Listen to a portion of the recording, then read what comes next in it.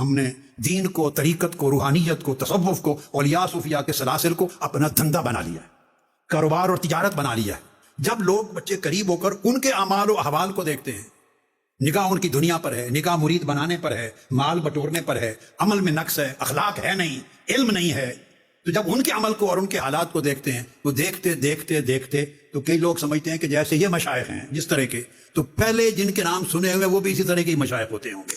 اور یہ کرام بڑے بڑے عظیم ہستیوں کو گالی گلوچ بھی دے رہے ہیں۔ خطیب تقریر کرنے جاتے ہیں چونکہ انہیں پیسہ لینا ہے تو گھڑ گھڑ کے کرامتیں سناتے ہیں جن کا کسی کتاب میں نہ کوئی وجود نہ اصل، اور اتنی بے اصل باتیں کرتے ہیں مزہ کا خیز، جو نہ عقل کو قبول ہے نہ نقل کو قبول ہے، نہ کسی نے ان کو روایت کیا، نہ کسی عالم کے ہاں وہ مقبول۔ ایسی باتیں کرتے ہیں، میں کبھی کبھی خود سنتا ہوں، میں اب ان کا ذکر نہیں کر سکتا، بڑی مزہ کا خیز۔ تو نتیجہ یہ ہوتا ہے کہ مخالف جو انکار کرتا ہے، اعتراض کرتا ہے، وہ پے در پے حملے کرتا ہے نقل پر، نقلی چیز پر، اور اتنے حملے کرتا ہے کہ نوجوان نسلوں اور لوگوں کا نقلی چیز پر تنقید اور اعتراض سن سن کر اصل سے بھی اعتقاد اٹھ جاتا ہے۔ اس میں انہوں نے مجھے ٹارگٹ کرنے کے لیے اپنے جو تصوف کے ماننے والے لوگ ہیں ان کو بھی تختہ مشق بنایا کہ یہ بھی جاہل لوگ ہیں، اوٹ پٹانگ قسم کی کرامات بیان کرتے ہیں، اتھینٹک باتیں نہیں کرتے، صحیح والی کرامت بیان کریں۔ اور صحیح والی کرامتیں خود ڈاکٹر صاحب جو بیان کرتے ہیں وہ انشاءاللہ میں اینڈ پہ 5 مثالیں دے دوں گا کہ وہ اس سے بھی زیادہ اوٹ پٹانگ ہے، اور وہ کہتے ہیں کہ یہ دنیا کے کتے بن چکے ہیں۔ اس کی وجہ سے لوگ بڑے متنفر ہیں کہ جی یہ دنیا دار ہیں تو پرانے بھی اسی طریقے سے ہوں گے، اور پھر اس طرح اس کو موقع ملتا ہے، وہ بار بار لوگوں کے ذہن کے اوپر ہٹ کرتا ہے، یہاں تک کہ لوگ پرانے بزرگوں سے بھی متنفر ہو گئے ہیں۔ الحمدللہ بالکل ایسا ہی ہے، صحیح پہنچے ہیں آپ ڈاکٹر صاحب۔ اور وہ کہتے ہیں کبھی کبھار میں بھی اس طرح کے کلپ دیکھتا ہوں، اور پھر کہتا ہے کہ وہ اتنی اس کی لکیر پیٹتا ہے اور بار بار ان بزرگوں کو ڈسکس کرتا ہے، اور وہ سنگولر کے سیگے سے کر رہے ہیں، وہ مجھے ڈسکس کر رہے ہیں، ظاہر نام نہیں لیتے، یہ ان کا شروع سے ایک اصول ہے، ان کی عادت ہے وہ نام نہیں لیتے۔ تو کہہ رہے ہیں وہ بار بار کر کے اس نے آج کی ینگ جنریشن کو بزرگوں سے متنفر کروا دیا اس حد تک کہ وہ کہتے ہیں آج کل کے بزرگوں کو دیکھ کر اور جھوٹی کرامات سن کر لوگ پرانوں کے بارے میں بھی یہی سوچتے ہیں کہ وہ بھی یہی کچھ تھے۔ جناب سوچتے نہیں ہیں، ہمیں یقین ہے کہ وہ یہی کچھ تھے۔ ہاں،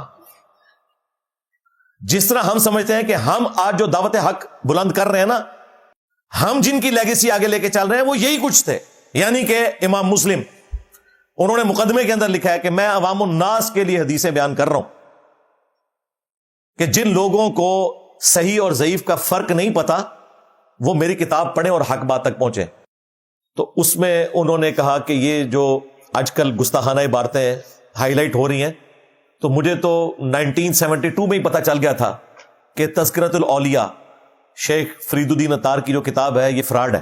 تو میں نے تذکرۃ الاولیاء 1971-72 میں پڑھی، تو اس کا امام حسن بصری کا ایک باب پڑھا، وہ پہلا باب پڑھ کے یہ کتاب میں نے رکھ دی تھی کہ یہ کتاب غیر مصدقہ ہے، غیر مستند ہے، غیر معتبر ہے، یہ شیخ فرید الدین عطار کی نہیں، غلط طور پہ منسوب۔ اچھا جی، 72 میں پتا چل گیا اور بتا رہے ہیں 2024 میں آ کے، یعنی 52 سال تک گونگے شیطان بنے رہے۔ جب ہماری دعوت حق کی ہیٹ پہنچی ہے تو آپ کہہ رہے ہیں مجھے تو اس وقت پتا چل گیا تھا، حالانکہ جو کچھ وہ بیان کر رہے ہیں نا انہی کتابوں سے بیان کر رہے ہیں جن کو کہہ رہے ہیں فراڈ ہے۔ رابعہ بصریہ والا واقعہ جو انہوں نے بیان کیا تھا کہ 7 سال تک وہ لڑکتی ہوئی، کلب بازیاں کھاتی ہوئی کعبہ شریف پہنچی، تو کعبہ شریف اس کے استقبال کو آ گیا۔ حضرت ابراہیم بن ادھم رضی اللہ تعالیٰ عنہ اللہ کے گھر کی زیارت کے لیے چلتے ہیں، آپ نے سنا، بیت اللہ کے لیے، اور فیصلہ کیا کہ اب کہ باری تعالیٰ تیرے گھر کا دیدار اس حال میں جا کروں گا کہ کوئی اس حال میں نہ آیا ہو۔ چلتے ہیں، ہر قدم پہ 2 نفل ادا کرتے ہیں، اور ہر قدم پہ 2 نفل پڑھتے، ہر قدم پہ 2 نفل پڑھتے۔ 14 سال کے بعد شہر مکہ، حرم مکہ میں داخل ہوتے۔ جب اگلی بار حضرت رابعہ بصری نے دوبارہ سفر کیا تو آپ کھڑی نہیں ہوئی، سجدے میں گر گئیں، اور گھر سے چل کر حرم مکہ تک سجدے میں زمین پہ لڑکتی ہوئی سفر کیا، سر اٹھایا ہی نہیں۔ 7 سال زمین پر حالت سجدہ میں لڑکتی ہوئی کعبہ پہنچی۔ یہ تذکرۃ الاولیاء میں ہی لکھا ہوا ہے، ابراہیم بن ادم والے چیپٹر کے اندر، آپ اندازہ کریں۔ اور اس میں وہ کہہ رہے ہیں لڑکتی ہوئی، 7 سال تک وہ لڑکتی رہی۔ اندازہ کریں ایک عورت ذات لڑکتی ہوئی جب جا رہی تھی، اڑ کے نہیں پہنچی، 7 سال میں لڑک کے، جب وہ کلب بازیاں کھا رہی تھی تو کلیئر کریں کہ اس نے تہمت پہنی ہوئی تھی، انڈر ویئر پہنا ہوا تھا، پجامہ پہنا ہوا تھا، اور جب نامحرم مرد آتے تھے تو وہ کیا کرتی تھی؟ لڑکنا بند کر دیتی تھی۔ نمازوں کا کیا کرتی تھی؟ وہ بیچ میں مخصوص ایام آتے تھے تو کیا کرتی تھی؟ یہ ذرا سارا تماشا بتائیں نا، اس کو کرامت بنا کے پیش کر رہے ہیں، اور سامنے لوگ جو ہیں رو رہے ہیں، عورتیں بھی رو رہی ہیں ان کی ڈرامہ بازیاں دیکھ کے. یہ سارے ڈرامے خود لگاتے رہے. اسی تذکرۃ الاولیاء کو انہوں نے کہا کہ فراڈ ہے. تو اس ویڈیو کے اوپر میں نے ایک تفصیلی ویڈیو آلموسٹ 2 گھنٹے کی ریکارڈ کروائی تھی. میں نے کہا تھا ڈاکٹر صاحب یہ آپ کے لیے علمی چیلنج ہے, مناظرے کا چیلنج نہیں, علمی چیلنج. یعنی ایک مشکل صورتحال آپ کے سامنے ہے, آپ ہمیں ان کتابوں کے نام بتائیں جن کو آپ کہتے ہیں یہ تصوف کی ٹیکسٹ بکس ہیں, ان کو ہم فالو کریں گے, یہ کتابیں درست ہیں. ہم ان کتابوں کا پوسٹ مارٹم آپ کے سامنے رکھیں گے. ہمیں پتا تھا انہوں نے کوئی نہیں بتانا, لیکن ہم نے کیا کیا, ظاہر ہے کہ جہاں بنو امیہ کی چالیں ختم ہوتی ہیں وہاں سے ہماری عقل سٹارٹ ہوتی ہے. ہم نے ڈاکٹر طاہر القادری صاحب کی ویڈیوز سے ان کتابوں کی تعریف والی ویڈیوز چلائیں جن کو وہ خود مانتے ہیں تصوف کی ٹیکسٹ بکس ہیں, کشف المحجوب, حشت بہشت, اور ان کا پوسٹ مارٹم پہلے ہی کر دیا تاکہ بھاگ ہی نہ سکیں. اللہ کا شکر ہے سال ہونے والا ہے, کوئی جواب نہیں آیا. تقریباً 8-9 مہینے ہو چکے ہیں اس بات کو. وہ ویڈیو ابھی بھی موجود ہے جس میں نے کشف المحجوب کے اندر گستاخانہ جو عبارتیں وہ ہائی لائٹ کی تھی, اور ڈاکٹر صاحب کی ویڈیو چلا دی تھی کہ جی وہ تو کشف المحجوب کی خود بڑی تعریف کر رہے تھے. اور صرف ڈاکٹر طاہر القادری صاحب نہیں, ہمارے جو بابا جی خادم رضوی صاحب تھے وہ تو کشف المحجوب لہرایا کرتے تھے. ان کی زندگی میں ان کو آئینہ دکھایا, وہ بھی بھاگ گئے. ابھی ڈاکٹر اشرف جلالی صاحب, وہ تو کہتے ہیں کشف المحجوب جو ہے یہ نصاب میں داخل کی جائے. میں نے ان کو بھی کہا تھا کہ یہ کچھ جس میں لکھی ہوئی ہے بکواسیات, وہ بھی بھاگے ہوئے. خود انہوں نے کہا تھا کہ انجینئر کوئی ایسی ویڈیو ریکارڈ کروائے میں جواب دوں گا, جواب آج تک نہیں آیا. یہ سارا فراڈ پہ چل رہا ہے. دین تصوف ایک پیرلل میں انہوں نے ایک معاملہ کھڑا کیا ہوا ہے. اب ڈاکٹر طاہر القادری صاحب نے جو خود 5 کرامتیں بیان کی ہیں دین تصوف کو جسٹیفائی کرنے کے لیے, اس کی میں انجینئرنگ اینڈ پہ کر دیتا ہوں تاکہ ان کا یہ بہانہ ان کے ماننے والوں کو کہیں اگر یہ آئے کہ انجینئر صاحب جو کرامتوں کا مذاق اڑاتے ہیں ان کے بزرگوں کی, تو وہ تو جعلی ہیں, وہ تو ہم بھی نہیں مانتے. ہمارے ڈاکٹر صاحب نے کہہ دیا, ہم آپ کو آپ کے ڈاکٹر صاحب کی جو کارستانیاں ہیں وہ دکھا دیتے ہیں. سنیں آپ وہ کرامتیں جناب. کرامت نمبر 1, غوث پاک کا دھوبی. ہاں جی, کس نے بیان کیا یہ؟ ڈاکٹر طاہر القادری نے. بچپن میں نہیں بیان کیا, ابھی داڑھی سفید ہے. حاجی امداد اللہ مہاجر مکی رحمۃ اللہ علیہ نے یہ بیان کیا, ان کی سند سے بیان کر رہا ہوں, جو اکابر علماء دیوبند کے پیر و مرشد اور جن کے ملفوظات کو مولانا اشرف علی تھانوی صاحب نے مرتب کیا ہے. آپ کو حوالہ دے دیا میں نے, یہ کسی کی گپ نہیں ہے, یا کوئی مت سمجھیں کہ ایسے کسی نے بنایا. حاجی امداد اللہ مہاجر مکی رحمۃ اللہ علیہ کی سند سے کوٹ کر رہا ہوں. ان سے پوچھا یہ جو واقعہ ہے کہ ایک شخص فوت ہو گیا اور فرشتے قبر میں آئے اس سے حساب کتاب پوچھنے کے لیے کہ تیرا رب کون ہے اور تیرا دین کیا ہے, سوال کیے, اور ہر سوال کے جواب میں کہے میں غوث پاک کا دھوبی ہوں. وہ پوچھے تیرا رب کون ہے, وہ کہے میں حضور غوث پاک کا دھوبی ہوں. وہ پوچھے تیرا دین کیا ہے, وہ کہے میں تو غوث پاک کا دھوبی ہوں. تو فرشتوں نے اللہ تعالیٰ سے پوچھا اب اس سے کیا سلوک کریں؟ فرمایا بخش دو. اور پھر اس کو ثابت کرنے کے لیے, جس طرح میں کہتا ہوں نا یہ قرآن میں لکھا ہے, بخاری میں لکھا ہے, مسلم میں, وہ کہتے ہیں مولانا اشرف تھانوی صاحب نے بھی نقل کیا ہے اور ان کے پیر و مرشد امداد اللہ مہاجر مکی نے بھی نقل کیا ہے. یار تو آڈا ہی بابے نے وہ ساڑھوں کے دوس لگا دے ہو کہ جی غوث پاک شیخ عبد القادر جیلانی کا ایک دھوبی تھا, جب وہ مر گیا اسے دفنایا گیا. اب اس کے آگے ایک مسنگ لنک ہے, وہ ہم آپ کو بتا دیتے ہیں. تو ایک بابے نے اس میں C C T V camera fit کر دیا قبر میں, حالانکہ کیمرہ فٹ کرنے سے بھی آپ کو برزخ کے معاملات نہیں دکھائے جا سکتے, سیدھی سی بات ہے. یہ نہیں بتا رہے کہ یہ واقعہ دیکھا کس نے قبر کے اندر جا کے. کہتے ہیں جی فرشتے آئے سوال کرنے کے لیے, پوچھا مر ربو کا, تو اس نے کہا میں غوث پاک کا دھوبی ہوں. یہ واقعہ ڈاکٹر طاہر القادری صاحب نے بھی بیان کیا ہے, یہ پیر اجمل قادری نے بھی بیان کیا ہے, یہ مفتی حنیف قریشی نے بھی بیان کیا ہے, اور ظاہر ہے اشرف تھانوی صاحب نے جب بیان کیا تو دیوبندیوں کے کھاتے میں بھی ڈال گیا. امداد اللہ مہاجر مکی نے بھی اگر اسے جسٹیفائی کیا تو دیوبند اور بریلی دونوں کی آپ سمجھ لیں وہ روحانی قبلہ گاہ ہے امداد اللہ مہاجر مکی, بدعتی صوفی. تو یہ ساروں کا مشترکہ واقعہ ہے. کہتے ہیں پوچھا کہ ماں دینوں کا تیرا دین کیا ہے, اس نے کہا میں غوث پاک کا دھوبی ہوں. پھر جب رسول اللہ کے بارے میں سوال ہوا ما کنت تقول فی حق ھذا الرجل, اس مرد کے بارے میں تیرا کیا عقیدہ تھا, وہ کہتا ہے میں غوث پاک کا دھوبی ہوں. غوث پاک تو میں یہ بھی نہیں بتا سکے کہ یہ رسول اللہ کی ذات کے بارے میں سوال پوچھا جا رہا ہے. تو یہ غوث پاک کس نبی کا ماننے والا تھا, کس خدا کا ماننے والا تھا؟ اور دھوبی پوری زندگی تجھے 3 باتیں نہیں وہ سکھا سکا. یہ تو غوث پاک فیل ہوئے ہیں, دھوبی نہیں فیل ہوا کہ پوری زندگی کپڑے دھوتا رہا اور 3 باتیں نہیں غوث پاک اسے سکھا سکے. میں ہر اینگل سے اس کی انجینئرنگ کروں گا تاکہ دیوبندی اور بریلوی ایک ہی تیر سے دونوں شکار ہو جائے. یا یہ مانے کہ ان کے بزرگ جھوٹ بول کے گئے. کہتے ہیں جی پھر اللہ تعالیٰ نے انٹروین کیا اور فرشتوں کو کہا کہ چھوڑ دو. اب اس کی تعویل امداد اللہ مہاجر مکی نے تھانوی نے یہ کی کہ غوث پاک کا دھوبی کا مطلب یہ ہے کہ وہ جب غوث پاک کا دھوبی ہے تو پھر اللہ رسول کا ماننے والا ہی ہے. تو سرکار صرف غوث پاک کا دھوبی اللہ رسول کا ماننے والا ہے. ہم جن سے کپڑے دھلاتے ہیں وہ کوئی فرعون اور حامان کے ماننے والے ہیں. یہ کون سی دلیل تم نے پیش کر دی ہے؟ بلکہ میں کہتا ہوں ہمارے تو سٹوڈنٹس غوث پاک سے بہتر توحید رکھتے ہیں جو توحید تم نے غوث پاک کی طرف منسوب کی ہوئی ہے قصیدہ غوثیہ کے اندر. اللہ سے ڈر جاؤ. ہم آپ کو بتاتے ہیں صحیح بخاری میں سنن ابی داؤد میں حدیث موجود ہے قبر کے 4 سوال. ان مولویوں نے آپ کو 3 سوال بتائے تھے, چوتھا میں نے دریافت کیا. اب ان کو ہاتھ پاؤں پڑے ہوئے کہتے ہیں انجینئر صاحب جو ہیں وہ ہمیں مذاق اڑا رہے ہیں, ہم بھی مانتے ہیں, لیکن کبھی بیان نہیں چوتھا سوال انہوں نے کیا. چوتھا سوال ان کی موت تھا. صحیح بخاری میں اور سنن ابی داؤد میں موجود ہے. نبی صلی اللہ علیہ وآلہ وسلم نے فرمایا کہ جب اہل ایمان میں سے کسی کو قبر میں رکھا جاتا ہے تو اس سے آزمایا جاتا ہے, اس سے سوال پوچھا جاتا ہے مر ربو کا, تیرا رب کون ہے؟ وہ کہتا ہے ربی اللہ, میرا رب اللہ ہے. پوچھا جاتا ہے دین, وہ کہتا ہے اسلام ہے. پھر پوچھا جاتا ہے اس مرد کے بارے میں تیرا کیا عقیدہ ہے؟ جامعہ ترمذی میں ہے من نبیو کا, تیرا نبی کون ہے؟ دونوں طرح الفاظ آئے. وہ کہتے ہیں یہ جو اس مرد کے بارے میں تمہارا کیا عقیدہ ہے تو یہ اس بات کا ثبوت ہے کہ قبر میں رسول اللہ تشریف لاتے ہیں. ہم کہتے ہیں نا, جامعہ ترمذی میں تو سوال ہے من نبیو کا, تیرا نبی کون ہے, اس میں تو یہ الفاظ ہی نہیں ہے جو بخاری کے اندر آئے ہیں. پھر مسند احمد میں موجود ہے جو ان کے وسوسے کا علاج ہے. مفتی احمد یار خان نعیمی نے جال حق میں لکھا کہ اگر قبر میں رسول اللہ نہیں آتے تو اس مردے کا کام ہے کہ وہ فرشتوں سے کہے کہ کس مرد کے بارے میں پوچھ رہے ہو. ہائے ہائے ہائے مفتی صاحب, کاش آپ نے مسند احمد پڑھی ہوتی. مسند احمد میں یہی الفاظ ہے کہ مردہ پوچھتا ہے کس مرد کے بارے میں پوچھ رہے ہو, تو فرشتے کہتے ہیں الذی بعث فیکم, اس مرد کے بارے میں جس کو اللہ نے تمہارا نبی بنا کر مبعوث کیا تھا. اور یہ الفاظ ابو داؤد میں بھی موجود ہے. پھر وہ کہتا ہے ہوا محمد رسول اللہ, ہاں وہ اللہ کے رسول محمد تھے. یہ نہیں کہتا ہاذا محمد رسول اللہ, یہ رسول اللہ سامنے کھڑے ہیں.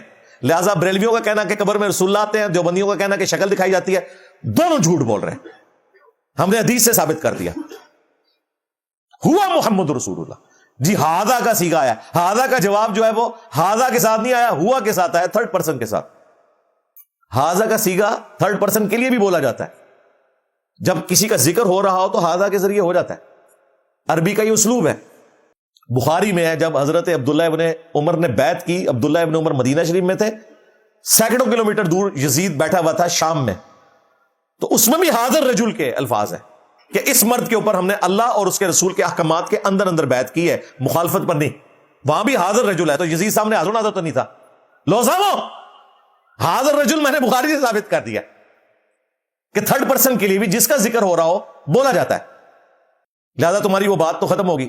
3 سوال ہو گئے. جب وہ جواب دیتا ہے کہ وہ اللہ کے رسول محمد ہے تو فرشتے کہتے ہیں تمہیں کیسے پتا چلا؟ یہ چوتھا سوال تھا جو انہوں نے چھپایا. وہ کہتا ہے میں نے اللہ کی کتاب پڑھی اور رسول اللہ کے پیغمبر ہونے کی تصدیق کی.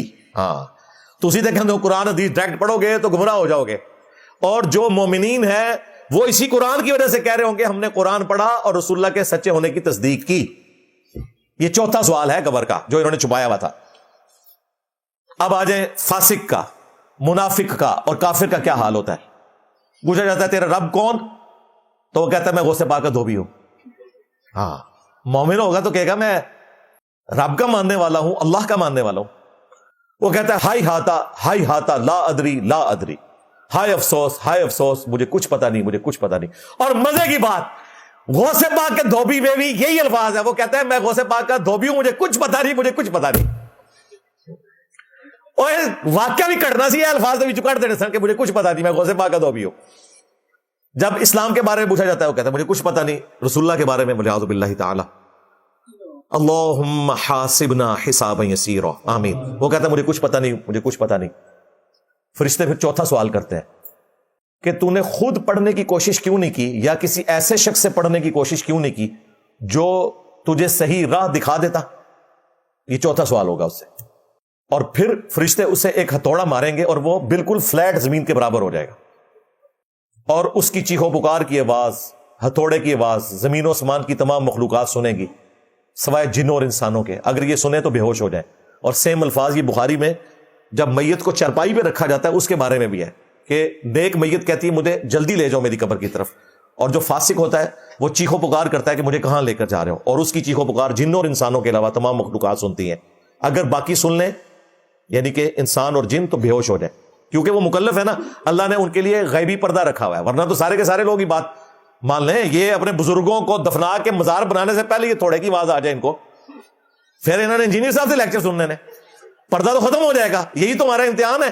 ان الذین یخشون ربهم بالغیب لہم مغفرۃ واجر کبیر. جو بن دیکھے اپنے رب سے ڈرتے ہیں ان کے لیے مغفرت ہے اور اجر عظیم ہے. تو جو کہتا ہے مجھے کچھ پتا نہیں، مجھے کچھ پتا نہیں، اس کا انجام یہ ہوتا ہے کہ ہتھوڑا پڑتا ہے. لہذا غوث پاک کا دھوبی تو مر گیا. ہاں سیدھی سی بات ہے. جب اس نے کہا ہوگا مجھے کچھ پتا نہیں، مجھے کچھ پتا نہیں. اللہ کے بندوں، فرشتے جو ہیں وہ کوئی انسانوں کی طرح نہیں ہے کہ وہ کوئی اجتہاد کرنا شروع کر دیتے ہیں اللہ کے حکم کے اندر، اس اعتبار سے جو بالکل واضح حکم ہے. جہاں کوئی ان کو کلیریفیکیشن کا معاملہ ہو وہ ایک الگ بات، یہ تو واضح حکم ہے. یا تو انہوں نے اس کے جوابات کو قبول کرنا ہے اور اینڈ پہ چوتھا سوال پوچھنا ہے تجھے کیسے پتا چلا، اور وہ کہتا ہے میں نے قرآن پڑھ کے تصدیق کی. اور یا پھر انہوں نے اسے تھوڑا مارنا ہے. جس نے یہ کہنا ہے کہ مجھے کچھ پتا نہیں، جب اس نے یہ کہا نا میں غوث پاک کا دھوبی ہوں سرکار، پھر فرشتوں نے اس کے ساتھ وہی کرنا ہے جس کا وہ حقدار ہے. زیادہ دھوبی تو مر گیا. ہاں وہ بغدادی نہیں کہتا چھڑ دو وچ غوث پاک پہ گیا. اللہ پاک نے ارشاد فرمایا فرشتیوں ہٹ جاؤ پیچھے، عبد القادر وچ پہ گئے. ہاں اللہ جو بندے اور چھڑ دو وچ انجینئر پہ گیا جے. میں نبی سا ہے ہی کوئی نہیں، تیرے بابے تھے شاہی کوئی نہیں، پہ گیا جے تواڈے بابے نو پہ گیا. ہاں اوے پہ گیا جے تواڈے پیواں پیراں نو سر نکلو باہر. پہ نہیں گیا، کھا گیا تواڈے بابے نو کھا گیا. الحمدللہ. تو یہ جناب ان کے اس دھوبی کی اوقات. بخاری مسلم میں حدیث ہے اے میری بیٹی فاطمہ میرے مال سے جو لینا ہے لے لے، ہاں اگر اللہ کے حضور پکڑی گئی میں تیرے کچھ کام نہیں آؤں گا. حالانکہ بخاری مسلم میں لکھا ہے کہ فاطمہ جنتی عورتوں کی سردار ہیں. ہمیں سمجھایا جا رہا تھا کہ یہ نسبتیں نہ بنا کے بیٹھ جانا اس اعتبار سے کہ اعمال کو چھوڑ دو. ہاں اگر اعمال ہوں گے پھر نسبت فائدہ دے گی. سیدہ فاطمہ کو نسبت نے فائدہ دیا ہے، اعمال بھی ہیں، لیکن صرف نسبت وہ صحیح مسلم میں حدیث ہے جس کو اس کے عمل نے پیچھے چھوڑ دیا اس کی نسبت اسے آگے نہیں لے کے جا سکتی. ہاں یہ ذہن میں رکھیے گا. نبی اسلام فرما گئے ہیں اس کا نسب اسے آگے نہیں کر سکتا جس کو اس کے عمل نے پیچھے چھوڑ دیا. اس کی واضح مثال حضرت نوح علیہ السلام کا بیٹا. اللہ نے کہا یہ تیرا اہل البیت ہی نہیں رہا کیونکہ اس کے عمل دوسرے والے ہیں، اور یہ نسبتیں لے کے بیٹھے ہوئے ہیں. نسبت کو ہم مانتے ہیں بھائی، لیکن عمل درست ہونے کے بعد. اگر عمل درست نہیں ہے تو مسلم شریف کی واضح حدیث ہے جس کو اس کے عمل نے پیچھے چھوڑ دیا اس کا نسب اسے آگے نہیں لے کے جا سکتا. اب مجھے بتائیں غوث پاک کا دھوبی یہ واقعہ کسی حدیث میں کسی آیت میں فٹ ہوتا ہے؟ وَلَا تَزِرُ وَازِرَةٌ وِزْرَ أُخْرَى. کوئی جان جو بوجھ اٹھانے والی ہے دوسرے کا بوجھ نہیں اٹھائے گی. یہ کہہ رہے ہیں غوث پاک کا دھوبی. غوث پاک نے اپنا حساب و کتاب خود دینا ہے اللہ کو. کسی کا بوجھ انہوں نے کہاں سے اٹھانا ہے؟ سب جعلی بات ہے. کرامت نمبر 2 غوث پاک کا مرغا. ہاں حضور غوث پاک کی بارگاہ میں گئی، ادھر دیکھا آپ مرغی کھا رہے تھے اور کھا کے ہڈیاں پھینک رہے تھے، ایک جگہ ہڈیاں جمع تھی. اب ماں اور پہرا اور چڑھ گیا اور کہنے لگی اے سرکار آپ مرغیاں کھائیں اور میرا بیٹا روکھی جو کی روٹی کھائے، یہ کہاں کا سلوک ہے؟ فرمایا بیٹھ جاؤ مائی. جب کھانے سے فارغ ہوئے تو ہڈیاں جمع تھیں. آپ نے ہڈیوں سے کہا کہ ہڈیوں دوبارہ مرغا بن کے کھڑی ہو جاؤ. دیکھتے دیکھتے مرغی زندہ ہو کر کھڑی ہو گئی. آپ نے فرمایا تیرا بیٹا جب اس مقام پہ پہنچ جائے گا تو پھر جو چاہے کھاتا بھی رہے. وہ کہتے ہیں جی کہ ایک عورت آئی غوث پاک کو ملنے کے لیے، خود وہ مرغا کھا رہے تھے اور وہاں جو اس عورت کا بچہ تھا وہ روکھی سوکھی کھا رہا تھا. اس کا مطلب ہے آج کل جو آپ عیاشی دیکھ رہے ہیں نا، پیروں کی، علماء کی، مہنگی مہنگی گاڑیاں، مہنگی مہنگی رہائشیں، اور آپ کو کہتے ہیں اللہ کے نبی چٹائی پہ بیٹھتے تھے، تو ان کے بڑے بھی یہی کچھ تھے. خود کوکٹ پھاڑ رہے ہیں اور بچوں کو روکی سوکی کھلا رہے ہیں. کیا یہ رسول اللہ کا طریقہ تھا جو غوث پاک نے اڈاپٹ کیا ہوا تھا؟ اچھا پھر وہ کہتے ہیں کہ وہ ماں جو ہے وہ پریشان ہوگی تو اس نے شکایت کی کہ حضرت یہ کیا. وہ کہتے ہیں جی پھر غوث پاک نے وہ مرغا پورا پھاڑنے کے بعد، کھانے کے بعد ہڈیاں جمع کی. لگتا ہی ہے غوث پاک نے اکیلے ہی سارا مرغا کھایا. ہاں کیونکہ اور کسی کا ذکر وہاں پہ نہیں ہے. پورا مرغا کھانے کے بعد انہوں نے ہڈیاں جمع کی، اس کے اوپر ہاتھ پھیرا اور کہا کم باذن اللہ، اللہ کے اذن سے کھڑا ہو جا، تو وہ مرغا جو ہے وہ کھڑا ہو گیا. اور پھر انہوں نے اس عورت سے کہا کہ جب تیرا بیٹا اس مرتبے کو پہنچے گا تو وہ بھی مرغا کھا لے گا، یعنی جدوں وہ بھی مدرسہ بنا اللہ بنا لے گا، وہ بھی گھڑی گڑا لے گا. جھوٹ. یہ نبی کی تعلیمات ہے. کسی صحابی نے کبھی کوئی مرغا زندہ کیا ہے یار؟ یا نبی علیہ السلام نے کبھی کوئی اس طریقے سے مرغا کھا کر زندہ کیا ہے؟ اور کیا یہ نبی کا طریقہ ہے کہ تم لوگ خود جو ہے مہنگی مہنگی غذائیں کھاؤ اور اپنے سب آرڈینیٹس کو روکی سوکی کھلاؤ؟ ہم آپ کو بتاتے ہیں ہمارے نبی کا طریقہ کیا ہے. بخاری اور مسلم دونوں میں حدیث ہے. جابر بن عبداللہ رضی اللہ تعالیٰ عنہ کہتے ہیں غزوہ خندق کا موقع تھا تو ہم خندق کھود رہے تھے، ایک چٹان اتنی مضبوط آئی کہ وہ ٹوٹتی نہیں تھی. تو ہم نے نبی علیہ السلام کو جا کے شکایت کی کہ یا رسول اللہ چٹان نہیں ٹوٹ رہی. آپ علیہ السلام تشریف لائے. آپ علیہ السلام نے کدال اٹھایا اور کہتے ہیں کہ ایک ضرب لگائی اور وہ ساری کی ساری چٹان جو ہے بالکل ریت کی طرح بیٹھ گئی. نبی علیہ السلام کا معجزہ ظاہر ہوا. اور وہ کہتے ہیں کہ جب نبی علیہ السلام نے کدال اٹھائی تو آپ کے پیٹ مبارک سے وہ چادر ہٹ گئی تو ہم نے دیکھا آپ نے پتھر باندھے ہوئے ہیں فاقے کی وجہ سے. تو صحابہ کرام نے کہا یا رسول اللہ، تو آپ نے فرمایا کہ 3 دن سے میں نے کوئی چیز نہیں کھائی. تمہارے غوث پاک مرغے پھاڑتے ہیں اور مریدوں کو روکھی سوکھی کھلاتے ہیں. ہمارا نبی وہ ہے کہ وہ صحابہ کے ساتھ خود بھی فاقے پر ہے. یہ فراڈ چھوڑ دو کہ یہ کہیں دین تصوف کے ماننے والے نبی کے طریقے پہ تھے. انہوں نے کبھی نبی کے طریقے پڑھے ہی نہیں، عمل کہاں سے کرنے تھے. اچھا، جابر بن عبداللہ نے جب یہ حالت دیکھی تو وہ فوراً اپنی بیوی کے پاس آئے اور کہا کہ کوئی اناج وغیرہ ہے. تو انہوں نے کہا کہ 1 سا رکھی ہوئی ہے گندم یا آٹا. 1 سا سمجھ لیں تقریباً 3 کلو آج کا بنتا ہے، پونے 3 کلو. تو 3 کلو میں کتنے لوگ کھانا کھا سکتے تھے؟ اور ایک چھوٹا سا بکری کا ایک بچہ ہے، اس کو میں ذبح کر لیتی ہوں تو تم نبی علیہ السلام کے کانوں میں جا کے کہہ دینا کہ یا رسول اللہ آج آپ کی ہمارے ہاں دعوت ہے، آپ نے 3 دن سے کچھ نہیں کھایا. غوث پاک تو اکیلے مرغے پھاڑ رہے ہیں. اب میں اس کا مذاق اس لیے اڑاؤں گا کہ یہ خود ڈاکٹر طیب القادری نے کرامت بنا کے پیش کی ہے. آپ نہ کہنا کہ کتابیں بدل گئی ہیں. ہاں بالکل ایسے ہی کیا ہوگا. اور اگر غوث پاک کا یہ حال ہے تو باقی بابے شاہی کوئی نہیں، کیونکہ ظاہر ہے سب سے بڑا انہوں نے ان کو ہی کلیم کیا ہوا نا.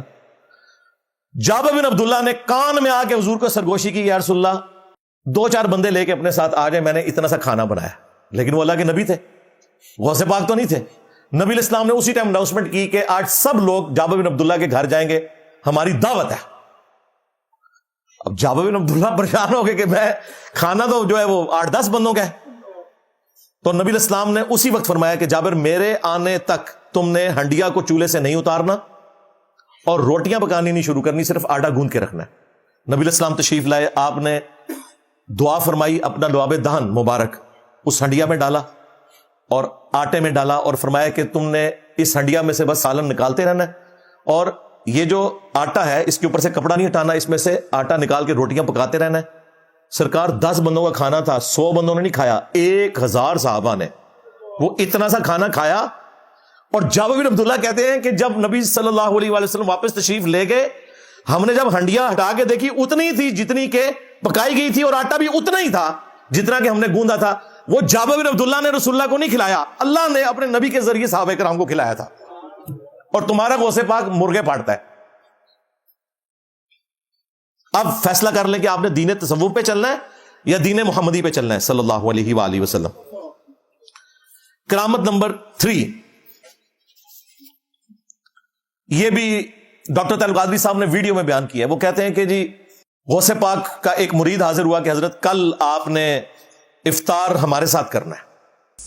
سیدنا غوث العظم رضی اللہ تعالیٰ عنہ کی کرامات میں سے ایک بات معروف ہے آپ کی سمانے سیرت اور کرامات کی کتب میں، جس میں مثالی کی بات کہ ایک شخص آپ کی خدمت میں آیا، عرض کیا حضرت آج روزہ ہے، افطاری میرے گھر کیجئے. آپ نے قبول فرما لی افطاری. حضور آج افطاری کے وقت مجھے میزبانی کا شرف دیں، قبول فرما لیے. تھوڑی دیر بعد ایک اور شخص آیا، عرض کہ حضور آج میزبانی کا موقع مجھے دیں، افطاری میرے گھر کیجئے. فرمایا اچھا تیرے گھر کروں. تھوڑی دیر بعد تیسرا آدمی آیا، عرض کہ حضور آج افطاری میرے ہاں فرما، مجھے موقع دیں میزبانی کا. قبول فرما لیے. یکے بعد دیگرے 40 آدمی اس دن افطاری کی دعوت دینے آئے اور 40 کے 40 سے وعدہ فرمائے. حاضرین جو مجلس کے حیران ہوئے. اگلے دن جو حاضر، جو دعوت دینے والا میزبان تھا، ہر کوئی فخر کرتا، خوشی کا اظہار کرتا ہوا آیا اور اپنی مجلس میں بیٹھے ہوئے ساتھیوں سے کہنے لگا اللہ کا بڑا فضل ہوا, کل سرکار میرے گھر تھے, کل میں حضور کا میزبان تھا, کل مجھے خدمت کا موقع دیا تھا. دوسرا آیا کہے کل حضور نے افطاری میرے گھر کی, تیسرا کہے کل حضرت نے افطاری میرے گھر کی. 40 کے 40 یہ کہہ رہے ہیں, اور صاحبزادگان فرماتے ہیں کہ افطاری تو اپنے ہی گھر کی تھی, افطاری تو اپنے ہی گھر کی تھی.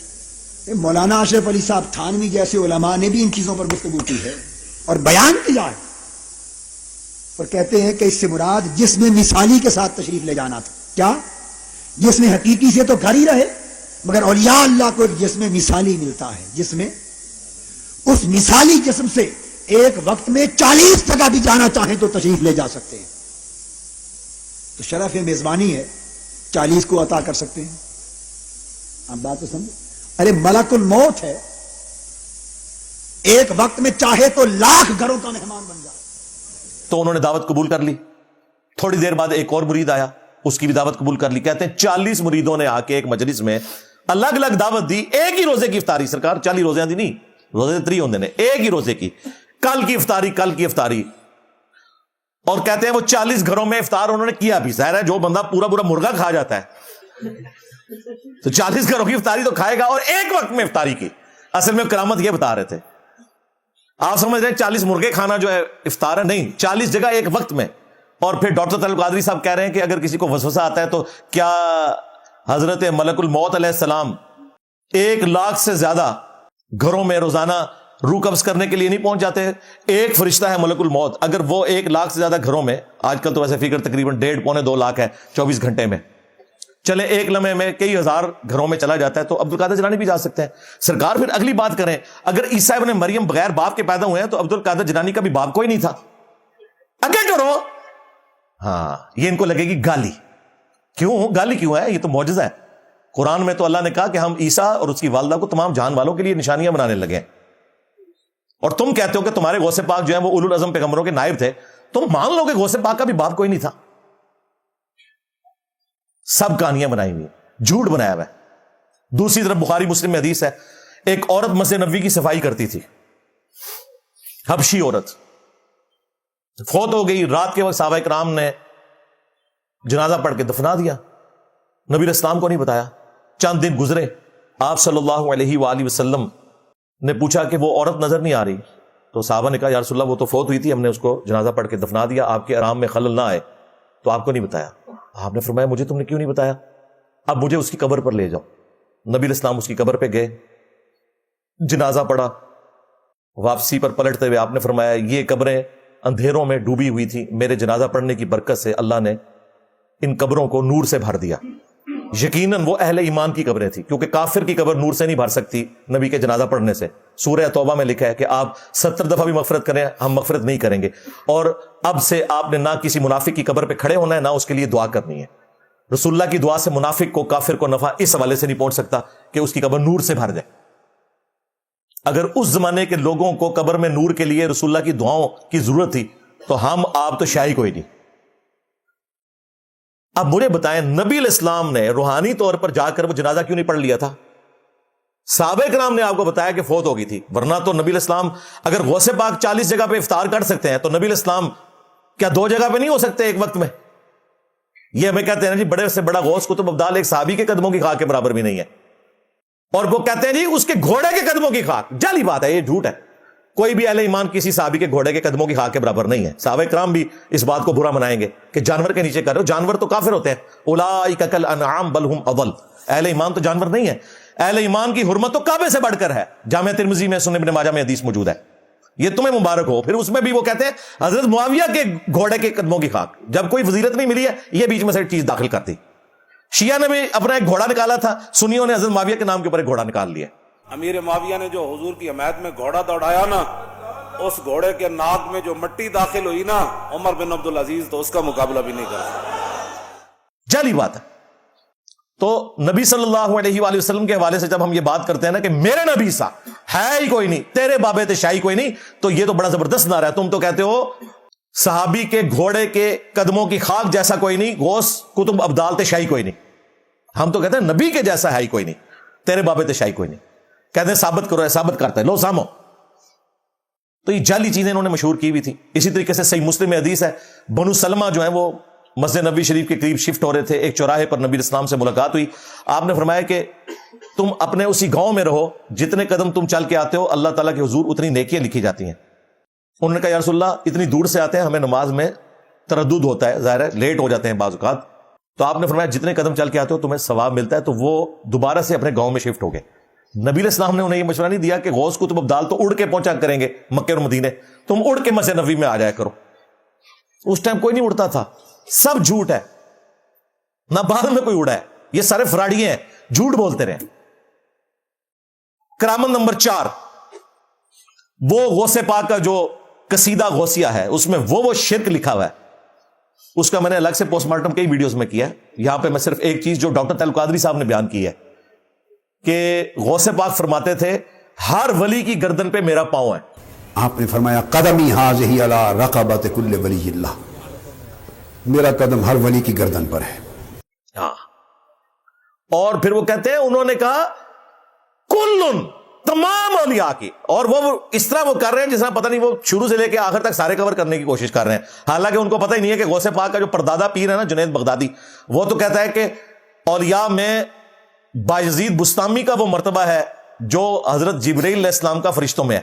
جنید بغدادی جو غوث پاک کے پیروں کے پیروں کے پیروں کا پیر ہے, وہ تو بایزید بستامی کو اولیاء کا سردار مانتا ہے. تم کہہ رہے ہو غوث پاک, تو غوث پاک نے کب یہ ڈیوٹی سنبھالی اور بایزید کب ریٹائر ہوا؟ جنید بغدادی تو اس کو مان رہا ہے, تو غوث پاک تو جنید بغدادی کے مقابلے پہ شاہی کوئی نہیں ہے. پہلے تو یہ طے کرو نا کہ ہے کون اولیاء کا سردار. سب فراڈ ہے. اولیاء کے سردار سیدنا ابو بکر, عمر, عثمان و علی ہے رضی اللہ عنہم اجمعین وعلیہم السلام اجمعین. دوسری بات, اللہ کا جو ولی ہے اس میں تکبر ہوگا یا عاجزی؟ ہم کوئی کہہ دیں کہ اللہ کے فضل سے ہم نے یہ معاملہ اس طریقے سے بیان کیا کہ ہم سے پہلے کسی نے بیان نہیں کیا, حالانکہ یہ ریالٹی ہوتا ہے اور اس میں کوئی تکبر والا جملہ بھی نہیں. ہم قرآن و سنت کے دلائل رکھ رہے ہیں, یہ کہتے ہیں تکبر کرتا ہے. اور تمہارا ابا کہہ رہا ہے تمام اولیاء کی گردنوں پہ میرا پاؤں ہے. اور کوکب نورانی نے کہا کہ میں تو صحابہ کی گردنوں پہ بھی پاؤں مانتا ہوں عبد القادر جیلانی کا. ہاں جی, کہتے تعویل یہ جیسے چھوٹا بچہ یہاں گردن پہ بیٹھ جاتا ہے نا, اللہ کے حکم سے آپ نے منبر پر رونق افروز ہو کر اعلان کیا قدمی حاضی علی رقبت کل ولی اللہ, میرا یہ قدم تمام اولیاء کی گردن پر ہے. ایک معنی تو یہ کہ صحابہ کے بعد جو ہے ان کو اولیاء کہا جاتا ہے, وہ مراد ہیں, کچھ یہ تفسیر کرتے ہیں. مگر غوث پاک فرماتے ہیں کل ولی اللہ, تو میں تو سارے ولیوں کو مانتا ہوں. تو اب میں نے اس پہ آپ کو بتایا ہوا ہے, میں نے اس کو سمجھا کیسے تھا اس ارشاد کو, وہ بھی مہربانی ہوئی تھی. سارے ولیوں کی گردن پر غوث پاک کا قدم ہے. بڑوں نے شفقت سے اٹھایا ہوا ہے, چھوٹوں نے تعظیم سے اٹھایا ہوا ہے. دیکھو کتا لال کرنے سے کیا کچھ کہندے رہے. تو صحابہ کی گردن پہ اس طرح کا پاؤں ہے, باقیوں کا ڈائریکٹ پاؤں ہے, اور نس رہے تو ہے وڑ دیتے تھوڑے پیر میں, جھوٹے ہو. یہ لہذا یاد رکھیے یہ اولیاء میں صحابہ کرام کو لے کے آتے ہیں, یہ نہ سمجھیے گا ان کو نکالا ہوا انہوں نے. اسی لیے وہ کوکب نورانی نے ننگی بات کر دی کہ ان کی گردن پہ بھی پاؤں ہے, وہ اور طرح کا پاؤں ہے. اور یہ عبد القادر جیلانی کے بارے میں بیان کر رہے ہیں. اللہ کے بندو, کیا مولا علی نے کبھی کہا کہ صحابہ کی گردن پہ میرا پاؤں ہے؟ کبھی نہیں ایسا ہوا. صحیح بخاری میں حدیث ہے, محمد بن حنفیہ جو حضرت علی کے بیٹے تھے, حنفیہ نامی عورت سے, وہ کہتے ہیں میں نے سیدنا علی سے پوچھا کہ بتائیے رسول اللہ کے بعد سب سے افضل کون ہے؟ تو حضرت علی نے کہا کہ ابو بکر. پوچھا ان کے بعد؟ کہا عمر. تو کہتے ہیں میں نے ارادہ کیا کہ تیسری بار نہ ہی پوچھوں کیونکہ پھر یہ عثمان کا نام لیں گے, تو میں نے کہا اس کے بعد تو آپ ہی ہوں گے نا, ابو بکر عمر کے بعد. یہ صحیح بخاری شریف ہے, مولانا شریف نہیں. تو حضرت علی کہتے ہیں میں تو عام مسلمانوں میں سے ایک مسلمان ہوں. ہائے ہائے, تمہارا غوث پاک جو حضرت علی کے نام کے اوپر پورا اپنا یہ دھندا چلاتا رہا, یہ کہہ کہ میں حضرت علی کے قدموں تک پہنچا ہوا ہوں, اور رسول اللہ نے میرے منہ میں 7 دفعہ لعاب دہن ڈالا ہے اور مولا علی نے 6 دفعہ ڈالا ہے. مولا علی تو یہ کہے کہ میں عام مسلمانوں میں سے ایک مسلمان ہوں, اس لیے کہ مولا علی مؤمن کامل تھے. ہاں, ومن احسن قولا ممن دعا الی اللہ وعمل صالحا وقال اننی من المسلمین. اس سے بہتر کس کی بات ہو سکتی ہے جو لوگوں کو اللہ کی طرف بلائے اور خود بھی نیک اعمال کرے اور پھر بھی کہے کہ میں بھی عام مسلمانوں میں سے ایک مسلمان ہوں. مولا علی تو کہیں کہ میں عام مسلمانوں میں سے ہوں، اور تمہارا غوث پاک یہ کہے کہ تمام اولیاء کی گردنوں پہ میرا پاؤں ہے۔ اسی قصیدہ غوثیہ میں لکھا ہے کہ قیامت تک جتنے صبح و شام آئیں گے نا، مجھ سے پوچھ کر صبح سورج طلوع ہوگا، اور پھر جب غروب ہوگا پھر بھی مجھے خبر دے گا۔ میں تو کہتا ہوں غوث پاک کو تو سورج کے سائز کا ہی نہیں پتا تھا۔ ان سے پہلے امام غزالی، ان کو سورج کے سائز کا نہیں پتا، انہوں نے کیمیائے سعادت میں لکھا ہے کہ یہ 60 گنا بڑا ہے۔ آج ہمارے بچے کو بھی پتا ہے 60 گنا نہیں 13 لاکھ گنا بڑا ہے سورج زمین سے۔ لو سامو، جن لوگوں کو سورج چاند ستاروں کے سائز نہیں پتا، فاصلے نہیں پتا، وہ یہ کہہ رہے ہیں ہماری مرضی سے چلتے ہیں۔ جی اللہ تعالیٰ نے مجھے ایک رجسٹر دیا ہے جس میں قیامت تک میرے مریدوں کے نام لکھے ہوئے ہیں۔ مجھے اللہ نے گارنٹی دی ہے کہ سب کی موت جو ہے ایمان پہ ہوگی۔ میرا مرید مشرق میں ہو، میں مغرب میں ہوں، اس کا سطر کھل جائے تو میں ڈھانپ لوں گا۔ حالانکہ ایک مرید کا سطر جو ہے پبلکلی کھل گیا ہے تقریر کے دوران، وہ قادری تھا، کوئی ہاتھ نہیں آیا۔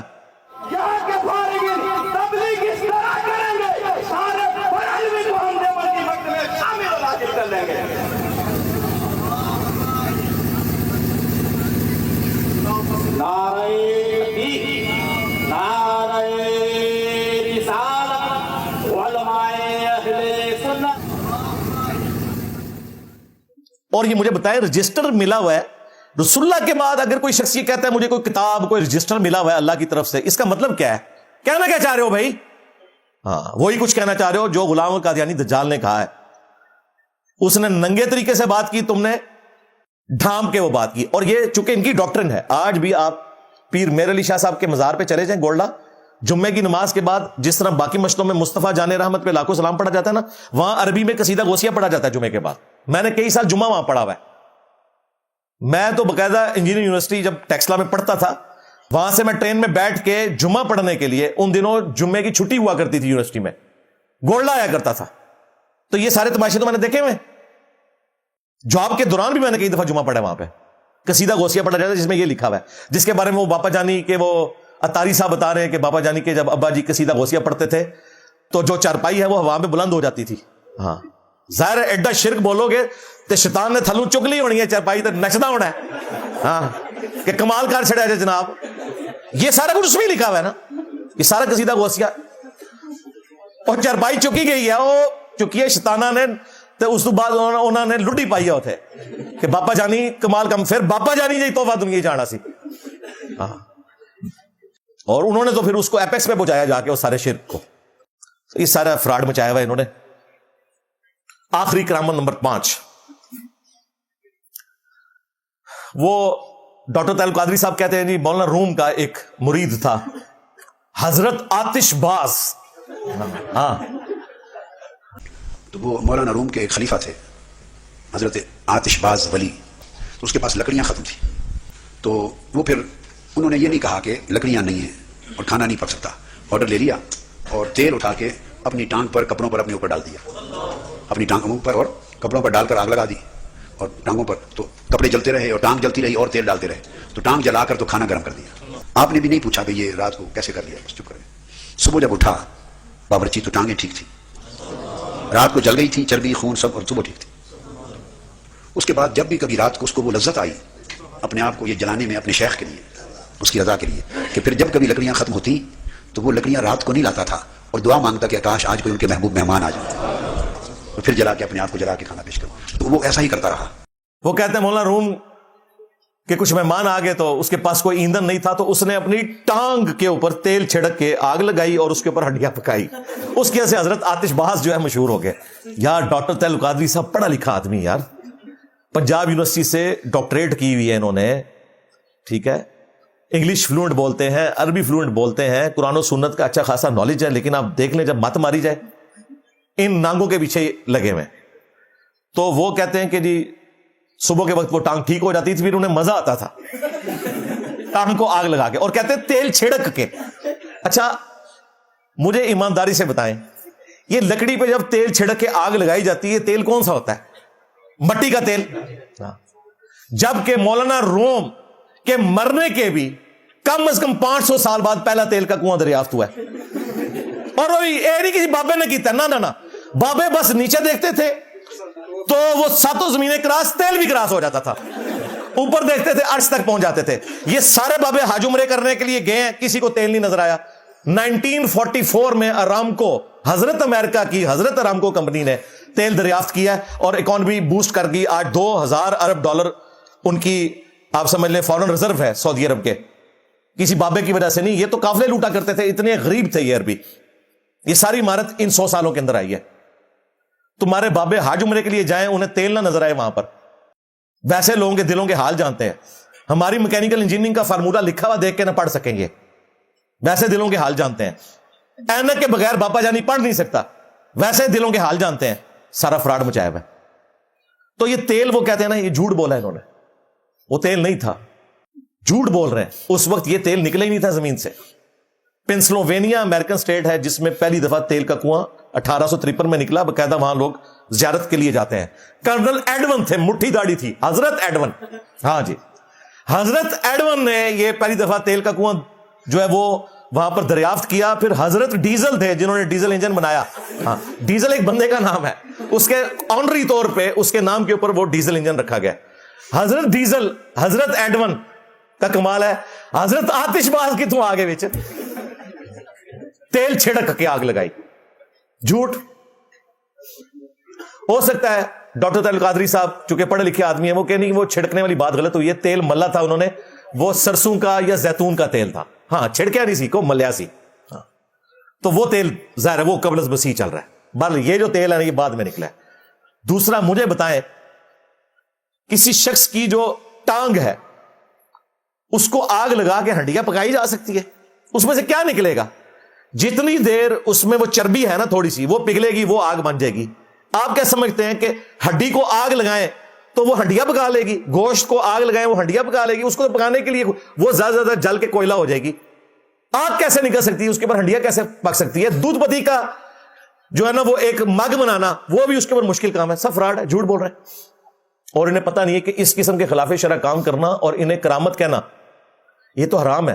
کرامت صرف خلاف عقل ہوتی ہے, خلاف شرع نہیں ہوتی. یہ ذہن میں رکھیے گا. کہتے نہیں خالد ابن ولید نے وہ زہر پی لیا تھا بسم اللہ پڑھ کے, بالکل جھوٹ ہے. زہر پینا تو حرام ہے. کہتے ہیں کرامت وہی ہوتی ہے جو عقل میں نہ ہے. او بھائی, کرامت خلاف عقل ضرور ہوتی ہے لیکن شریعت کے خلاف نہیں ہوتی. شریعت میں زہر پینا حرام ہے. ورنہ جسے شوق ہے نا, کوئی زندہ یا مردہ بابا لے آؤ, بسم اللہ پڑھ کے یا شیخ عبد القادر جیلانی شیئن للہ کہہ کے, غوث پاک کو بھی بلکہ لے آؤ, ساکٹ میں 2 انگلیاں ڈالے اور ننگی زمین کے اوپر کھڑا ہو, انشاءاللہ آخرت میں لینڈ کرے گا. ہاں, زہر دور چھڑ دو. بخاری مسلم میں حدیث ہے, امام بخاری نے اس کے اوپر باب بند ہے کہ زہر پینا حرام ہے, کہ نبی اسلام نے فرمایا دنیا میں جس نے زہر پیا اور وہ خودکشی کی موت مر گیا تو جہنم میں آگ کا عذاب بھی ہوگا اور مسلسل اسے زہر پلایا جائے گا اور اس کی انتڑیاں کٹیں گی اسی تکلیف سے. اگر کسی نے پیٹ میں چھرا مار کے خودکشی کی, اس کے ہاتھ میں چھرا پکڑا دیا جائے گا, وہ بار بار اپنے آپ کو قتل کرے گا, پھر اللہ اسے زندہ کرے گا, یہ اس پہ عذاب ہوگا. اور جس نے اپنے آپ کو بلندی سے نیچے گرایا, پہاڑ سے کودا, یا ہمارا بگوڑے شاہ مینار پاکستان سے کودا, تو اس پہ وہی عذاب مسلط کیا جائے گا. تمہارے حضرت آتش باز کے اوپر آگ کا عذاب ہی مسلط ہوگا جس نے اپنے آپ کو آگ لگائی. سب فراڈ ہے, سب جھوٹ ہے. صحابہ کرام تو رومن امپائر کے ساتھ بیٹل فیلڈز میں تیل کے کڑاہوں میں تلے گئے لیکن روسٹ ہو گئے, آگ ان کے لیے ٹھنڈی نہیں ہوئی. وہ حضرت ابراہیم علیہ السلام کا پروٹوکول تھا. یہ کوئی جنرل رول نہیں ہے. اس طریقے سے چیزوں کو ایکسٹراپولیٹ کرنا یہ بالکل ظلم کے اوپر مبنی ہے. باقی کافی ساری باتیں اور کی جا سکتی تھی لیکن میرا خیال ہے اتنی لمبی جو خوراک میں نے دے دی ہے یہ کافی ہے. اینڈ پہ میں غوث پاک کے والے سے ان کو یہ بھی ریکویسٹ کروں گا, جہاں آپ غوث پاک سے متعلق اتنی جھوٹی باتیں بتا رہے ہیں تو پبلک کو بتائیں کہ غوث پاک نے اپنی کتاب غنیت الطالبین میں نماز کا وہی طریقہ لکھا ہوا ہے جو بخاری مسلم میں لکھا ہے. ڈاکٹر طاہر القادری صاحب ویسے لینینٹ ہے اس مسئلے میں, وہ کہتے ہیں رفع الیدین کرنا بھی ثابت ہے. نہ سرکار, ثابت نہیں. اگر پیران پیر نے ایک طریقہ اڈاپٹ کیا ہے نا تو تمہیں اپنے پیر کا طریقہ اڈاپٹ کرنا چاہیے, فنافی شیخ ہونا چاہیے. ہمارے لیے نہیں, ہمارے لیے تو یہی کافی ہے کہ بخاری مسلم میں نماز کا طریقہ رفع الیدین کے ساتھ ہے. غوث پاک نے تو خود وہاں سے سیکھا تھا. اور ساتھ یہ بھی بتاؤ کہ غوث پاک کی 11ویں کھانے والے جس طریقے پہ نماز پڑھ رہے ہیں وہ قادیانیوں والا طریقہ ہے جی. حنفی بریلوی, حنفی دیوبندی, حنفی قادیانی, قادیانی فقہ میں حنفی ہیں اور بغیر رفع الیدین کے نماز پڑھتے ہیں. ہم اور ہمارے اسٹوڈنٹس رفع الیدین کے ساتھ نماز پڑھتے ہیں جو بخاری مسلم میں لکھا ہے اور تمہارے غوث پاک نے بھی لکھا, اور ان سے بھی بڑے بزرگ امام غزالی, انہوں نے کیمیائے سعادت میں نماز کا طریقہ یہی لکھا ہوا ہے. لو سامو. تو ابھی تو اور بڑی باتیں کرنے والی ہیں. غوث پاک نے حنفیوں کو جہنمی فرقہ ڈکلیئر کیا ہے غنیت الطالبین میں. بعد میں انہوں نے ترجمہ کرنے میں لکھا نہیں یہ حنفی نا غسانی تھے, یہ حنفی یہ والے نہیں ہیں. پھر اینڈ میں لکھا لگتا ہے یہ کتاب میں بعد میں کسی نے داخل کر دیا. اینڈ سے انہوں نے یہی نسل دی راہ ہوندی ہے. غوث پاک نے غنیت الطالبین میں لکھا ہے کہ اہل حدیث اصحاب الحدیث جو ہیں وہ اہل سنت ہیں, اور حنفیوں کو انہوں نے جامعہ لکھا ہے کہ یہ اللہ تعالیٰ کی صفات کی باطل تعویلات کرتے ہیں استواء علی العرش کے معاملے میں اور باقی معاملات کے اندر. تمہارے غوث پاک تو تم لوگوں کو جہنمی فرقہ سمجھتے تھے, یہ بھی بتایا کرو. یہ بھی لکھا ہوا ہے غنیت الطالبین کے اندر. میرا خیال ہے آج کے لیے اتنی خوراک ہی کافی ہے. اینڈ پہ ہم ڈاکٹر طارق القادری صاحب کو دعوت حق دیں گے کہ اللہ سے ڈریں, مرنے سے پہلے کوئی سچی بات آپ بھی کر دیں. بعض لوگوں کو توفیق مل رہی ہے, جس طرح مفتی منیب صاحب سے کچھ اچھی باتیں نکل گئیں, تقی عثمانی صاحب سے نکلی. آپ بھی بڑے آدمی ہیں, میرا خیال ہے آپ کو بھی دنیا سے تشریف لے جانے سے پہلے اور اپنے بزرگوں کے پاس پہنچنے سے پہلے قرآن و سنت کی جو سچائی ہے لوگوں کے سامنے بیان کرنی چاہیے. اور آج میں نے جو یہ باتیں رکھی ہیں, اس کے بعد ہمارے اسٹوڈنٹس کی یہ ذمہ داری ہے کہ ان کو اور ان کے ماننے والوں کو بتائیں کہ جن چیزوں کا مذاق طارق القادری صاحب اڑا رہے تھے نا, خود بھی ڈاکٹر طارق القادری صاحب اسی قسم کی اوٹ پٹانگ باتیں بیان کرتے رہے ہیں, کرتے رہتے ہیں, اور اللہ نہ کرے کہ کرتے رہیں. ہاں, ہماری تو دعا ہے. صلو علی محمد وآل محمد, اللہم صلی علی محمد وعلی آل محمد واصحاب محمد وازواج محمد وامت محمد اجمعین الی یوم الدین, آمین.